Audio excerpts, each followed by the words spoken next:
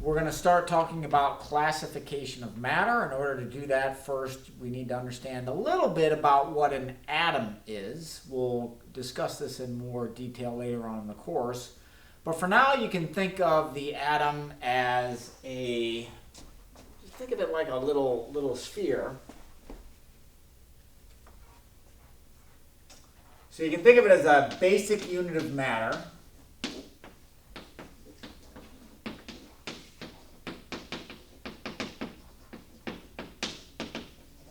And the atom, all the different types of atoms that exist in the universe, you can get an idea of what these are by looking at the periodic table of elements. So there are currently 118 known elements. Less than these are sort of used in the everyday material, well, not used, but comprise the everyday materials that we see around us. And for now, we're going to think of these as individual, very, very tiny packets of matter. And each type of atom has different characteristics. And through the course, we're going to learn about some of the characteristics of the different atoms. But it's a periodic table that displays all of the various types of atoms that we're going to need to know about. And the first type of matter that we're going to think about is a type that's only made of one type of atom. We call those elements. So substances made of only one type of atom.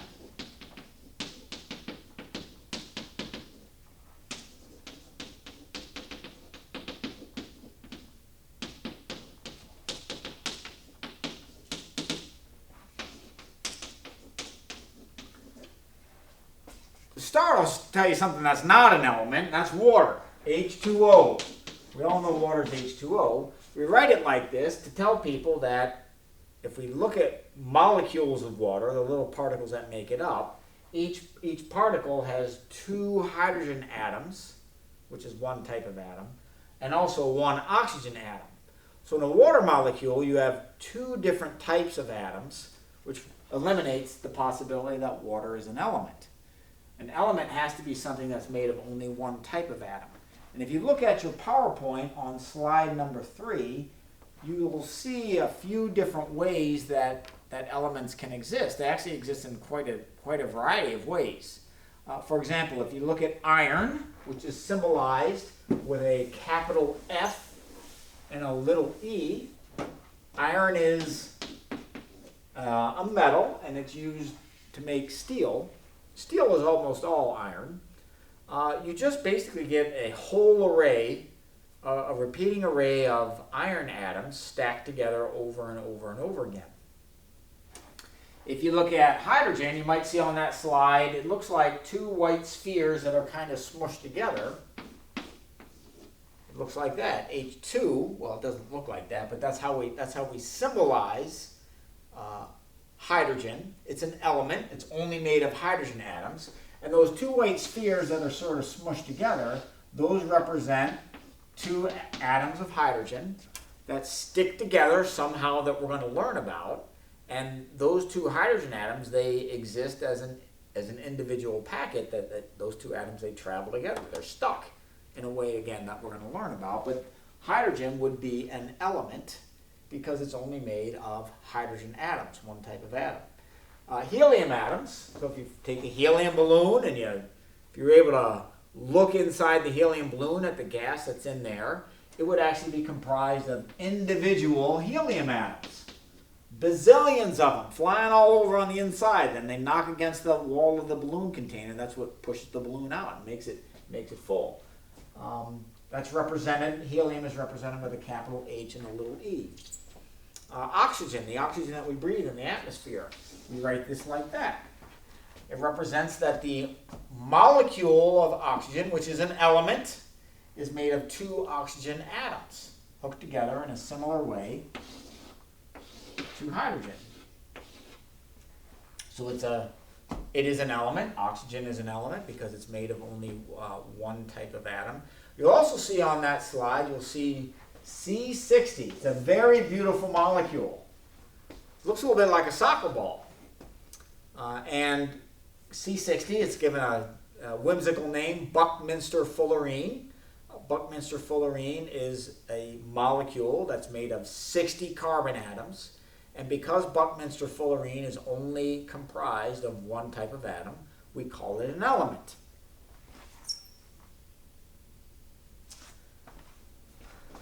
The next layer in complication, in complexity I should say, are substances that are compounds. Compounds are substances made of two types of atoms, two or more.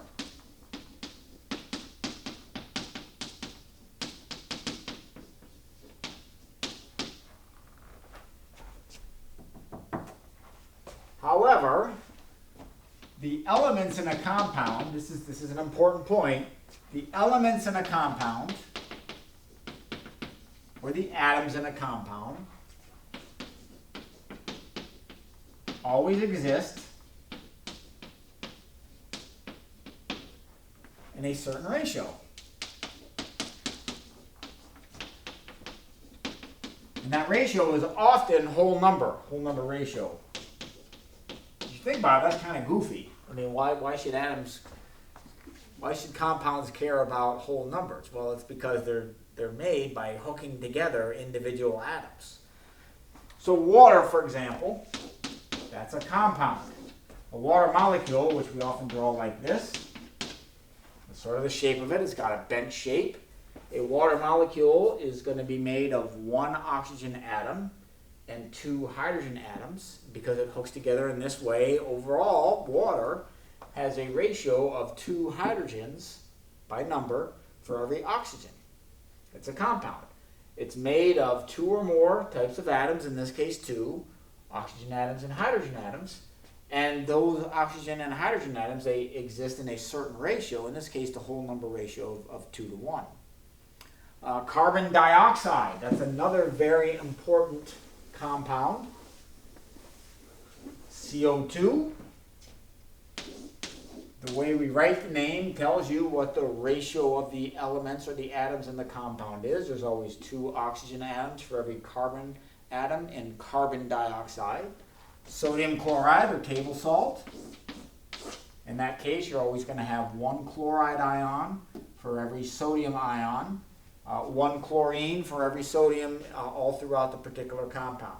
And these, when a chemist used the word pure,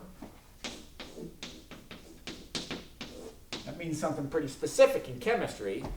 The only substances in chemistry that can be pure are elements or compounds. So you can have pure water. So elements and compounds are considered pure.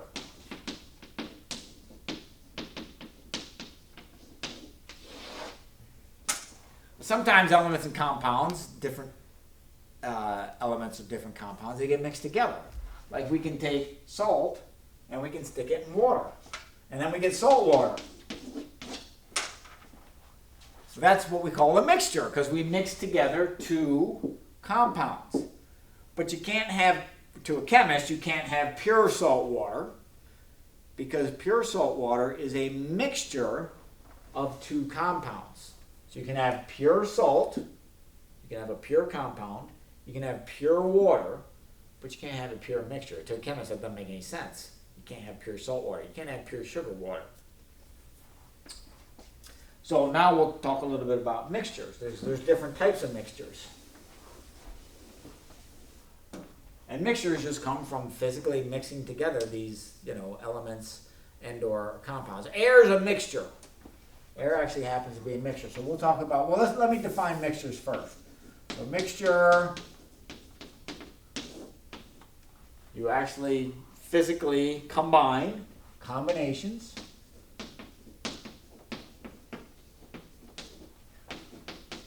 of elements and or compounds.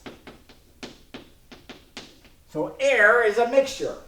A lot of people think that air is just oxygen. It's not. It's actually, most of air is nitrogen gas. N2. N2 is an element. It's only made of nitrogen.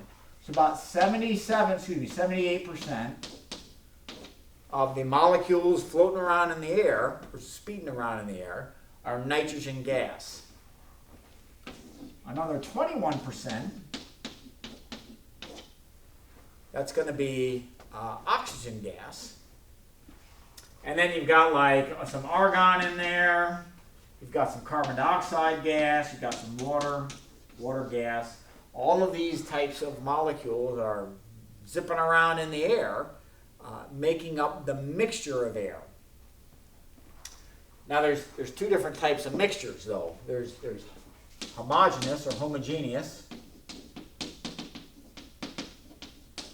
and there's also heterogeneous.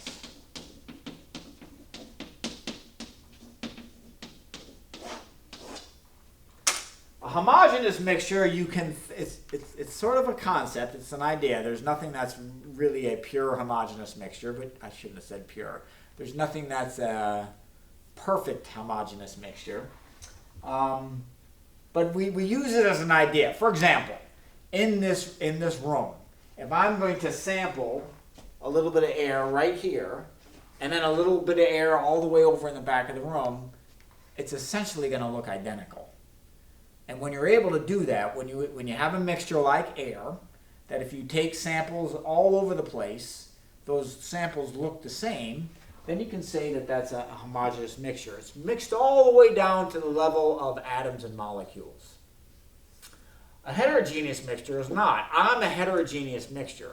If I sample myself here, it's going to look different than if I sample myself here. It's going to look different than if I sample myself here. And look different than if I sample myself here, or my teeth. So a heterogeneous mixture is going to be chemically different depending on where you sample that thing. Now it gets tricky. It gets tricky being able to tell the difference between homogeneous and heterogeneous mixtures. But basically the idea is you want to think about the mixture that I'm looking at. Is it well mixed all the way down to the level of ions and molecules? And if that's the case, we'll call it a homogeneous mixture.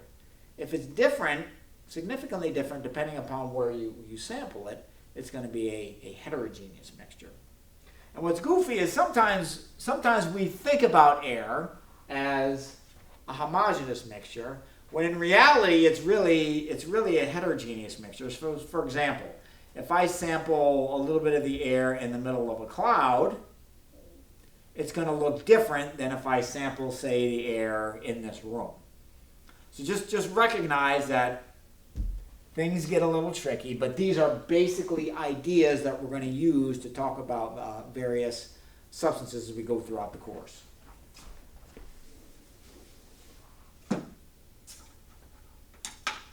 This brings me to the difference between physical change and chemical change.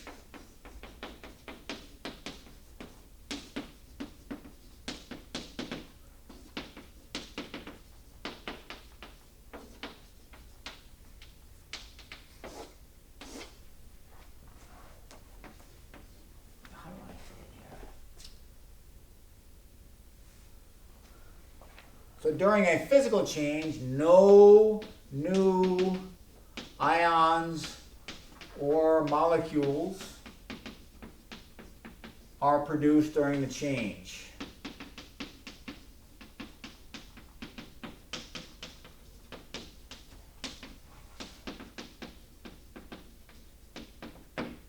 And in the chemical change, it's the opposite.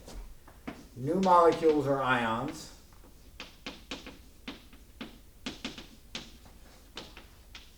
are produced during the change.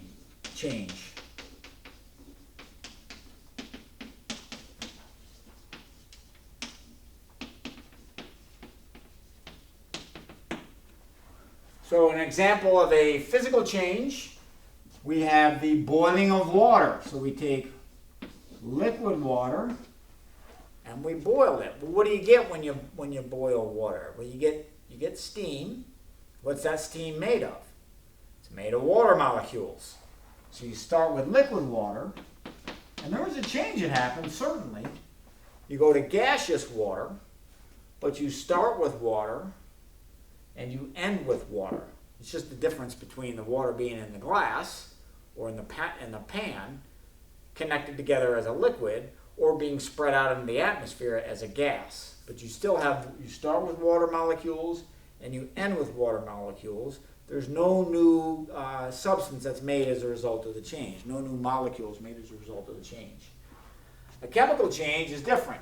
What did I say here? Oh yeah. For example, we can take liquid water, we can run electricity through it, and if we do that, you get hydrogen gas and you get oxygen gas. Well, in this case, you started with water, which is a compound, and you ended with hydrogen gas, which is an element, and oxygen gas, which is an element. You started with molecules that are different than what you ended with, so therefore you have a chemical change. And really, this is the way I want us to be thinking about chemical versus physical change. You want to be thinking about what's happening to the molecules that I started with, and do they look the same or different as a result of the change. Sometimes some questions, I actually don't like them. For example, you might hear a question, is a burning candle, is that a physical change or a chemical change? Well, it depends on which part of the candle you look at, right? Because when I see a candle burn, I see some wax that melts. So it starts as solid wax and it ends as liquid wax. It's still the same compound as a result of the melting. However, there's also some of the wax that goes into the wick, and that wick ends up getting burned, and not the wick, but the wax ends up going into the wick and being burned, and that wax is converted into carbon dioxide and water. So it starts as one type of molecule, which is paraffin wax, and it goes to carbon dioxide and water. In that process, it's a chemical change. Last part in chapter 1 is the kinetic molecular theory. Very simple idea. How fast molecules move in a substance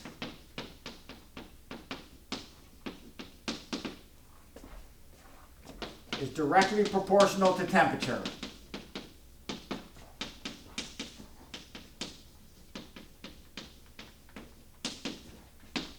Abbreviate temperature with a T and then a degree sign. It's a very simple idea. So this actually does a good job of explaining the physical changes of the changes of the phases of matter. So going from a solid to a liquid and a liquid to a gas, or in the reverse process. So let's look at that. In a solid, you have particles that are locked in place. We're gonna represent them being attracted to one another by these lines, and the circles are representing molecules, but they vibrate. But it turns out that this molecule's neighbor and over here, they don't change. It's not like this molecule that I'm going to color right here can sort of move down here. The particles are locked in place, but they vibrate. And at absolute zero for this class, we imagine that none of them vibrate. They're just stuck there. And as you start to raise the temperature, they just start to move a little bit. As you continue to increase the temperature, these particles vibrate more and more and more and more until they start to move so much that they're no longer strongly attracted to their neighbors. And these bonds, they break. And then the particles are able to sort of freely move past one another. So again, this is an increase in temperature. It's an increase in motion, in the speed in which the molecules can move. So I'm going to just draw a little container here. And we're going to draw our liquid. So these molecules are moving around in the liquid. And they're moving fast enough that they don't stay connected to their neighbors, but they're not moving so fast that they're able to escape from their neighbors into the atmosphere. I mean, there's still enough attraction, and they're moving slow enough that they're not going to be able to escape the container, because there's always attraction between particles. And the attraction is still strong enough to be able to overcome the speed at which the molecules are moving. Well, if I continue to heat this, they're going to move more quickly, and they move more quickly. And as you continue to raise the temperature on the liquid, the molecules will move more and more and more quickly, until finally one of these at the surface is moving so fast and it escapes into the gas phase. And this has got to be moving pretty quickly then to be able to do that. So at that point, you get evaporation. You get the molecules escaping, and they're moving so fast that the forces of attraction pulling the molecules together can no longer hold everything together. The speed at which the particles are moving has overcome the forces of attraction. Very, very simple idea, and it describes a lot of observations that we see, certainly the phase changes. And let's just write down the definitions for the various phase changes that we should be aware of. We have melting, which is solid to a liquid. And the opposite of melting is freezing, sometimes called fusion. And that's the opposite. That's a liquid going to a solid. Of course, we have evaporation, which is a liquid going to a gas. There's also the opposite of that, which is a gas going to a liquid. That's condensation.